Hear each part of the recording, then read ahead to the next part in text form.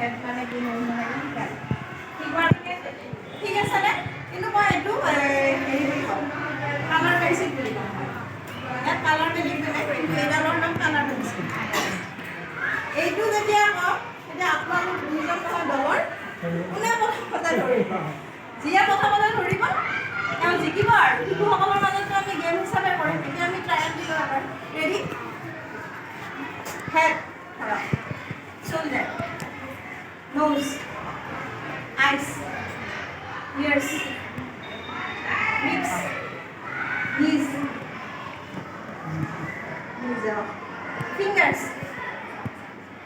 finger, hand, color pencil.